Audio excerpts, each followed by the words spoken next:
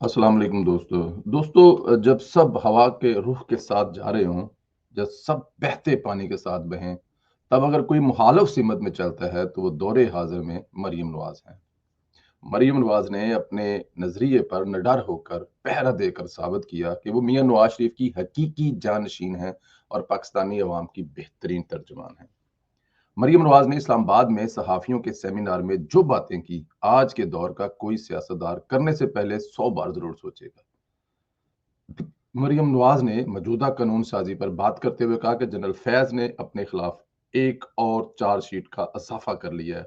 आपको याद होगा, मरियम नवाज और नवाज शरीफ पहले दिन से एक बात पर अटल रहे हैं कि अब तक डटे हुए हैं। मरियम नवाज ने आज़ादी सहाफत पर कदगन लगाने वालों के मुतल्लिक कहा कि मीडिया का गला घोटने का मतलब है पाकिस्तान का गला घोटना। उन्होंने ये भी कहा कि लोगों को साकब निसार का पता है, शौकत सिद्दीकी का पता है, लेकिन डोरियां हिलाने वालों का नाम नहीं लिया जाता। मीडिया पर भी बहुत बड़ा उन्होंने ये एक एलिगेशन लगा लें या मीडिया पर एक बहुत बड़ा टॉन्ट मारा है कि मीडिया वो चीजें नहीं दिखाता जो दिखाने वाली होती हैं, जो बताने वाली होती हैं।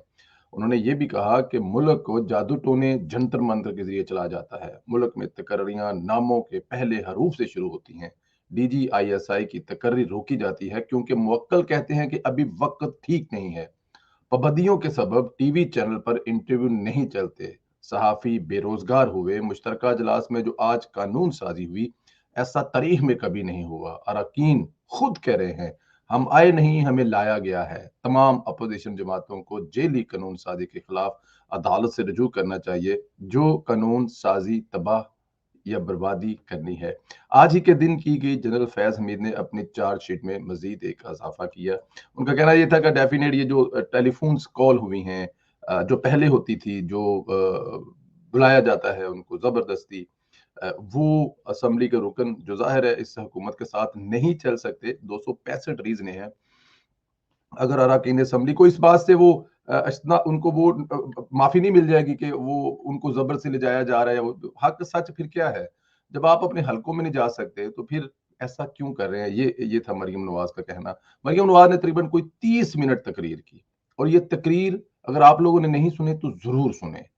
ये तकरीर हमारे चैनल पे भी अवेलेबल होगी, हम जरूर, बल्कि मैं इसको आज लाइव दोबारा टेलीकास्ट करेंगे, रिपीट में चलाएंगे कि मरियम नवाज ने एक बेहतरीन तकरीर की, जबरदस्त तकरीर की। मेरा नहीं ख्याल कि मर्दों के उस हजूम में बैठा हुआ कोई भी मर्द उठकर ऐसी तकरीर कर सकता है, कोई भी बोल सकता है। नो डाउट, जो बोलेगा वो अपनी नौकरी से जाएगा, लेकिन नौकरी से जाने के बाद क्या हामिद मीर अभी खाना नहीं खा रहा? उसके घर में खाना नहीं पकता? उसके अलावा और बहुत सारे दूसरे लोग हैं, क्या वो जिंदगी नहीं चला रहे? लेकिन फिर भी इतने खुलकर वो नहीं बात करते जितनी मरियम नवाज ने खुलकर बात की।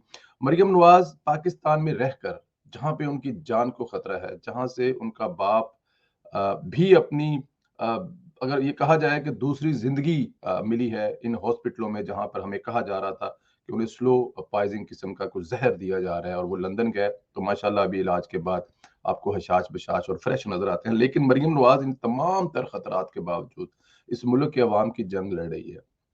वो अपने लिए, कल वो जो बच्चा मरियम नवाज ने अपनी गोद में उठाया, वो जो एक लापता सहाफी का बच्चा था, वो मजलूमों की आवाज है। लोग समझते ये गए हैं कि मरियम नवाज जो बातें करती हैं, मरियम नवाज जो बोलती है, वो आम इंसान का दुख और दर्द बोलती हैं। मरियम नवाज के चेहरे पर आम इंसान की तकलीफ नजर आती है। न्याजी जैसा ढोंगी जो आज भी आपको यही बताएगा कि मुल्क लूटने वाले या मुल्क में करप्शन करने वाले मुल्क तबाह बर्बाद कर देते हैं, लेकिन उसके दाएं बाएं सब वही खड़े होते हैं। उसकी यारी उसके चेहरे से नजर आ रही होती है, उसकी आंखों में नजर आ रहा होता है कि ये अब उठेगा और झूठ बोलेगा, और मुसलसल झूठ बोलेगा, और उसमें खुदा और रसूल का नाम लेगा, दीन मजहब को इस्तेमाल करेगा। मरियम नवाज की तकरीर हक और सच पर मबनी तस्वीर, एक बेहतरीन तकरीर थी जो मरियम नवाज ने सेमिनार में की। सहाफियों के लिए भी लम्हा फिक्रिया है। अ, अगर आप पिटते रहेंगे, आप छुपते रहेंगे, आप डरते रहेंगे तो यही कुछ होगा। आप नाम लेते हैं जैसे शौकत सिद्दीकी का, राणा शमीम का, लेकिन ये कौन करवा रहा है सबको पता है, कोई नाम नहीं लेता, लेकिन मरियम नवाज लेती है नाम। मरियम नवाज ने कहा कि जनरल फैज साहब ने 20 तारीख में अपनी पोस्टिंग होने से पहले पहले अपने गुनाह या अपनी चार्जशीट में आज असेंबली में ये बिल मंजूर करवा कर, और ये बिल बड़े तरीही हैं, बड़े तरीही बिल है, ओवरसीज اور یہ 67 बिल है, कोई एक बिल नहीं है, किसी बिल पे कोई बहस नहीं, कोई कुछ नहीं, ज़बरदस्ती किए गए हैं। लेकिन खैर तारीख है इस मुल्क की, लिखी जा रही है। आने वाले दौर में हमारे बच्चे भी इस तारीख को पढ़ेंगे।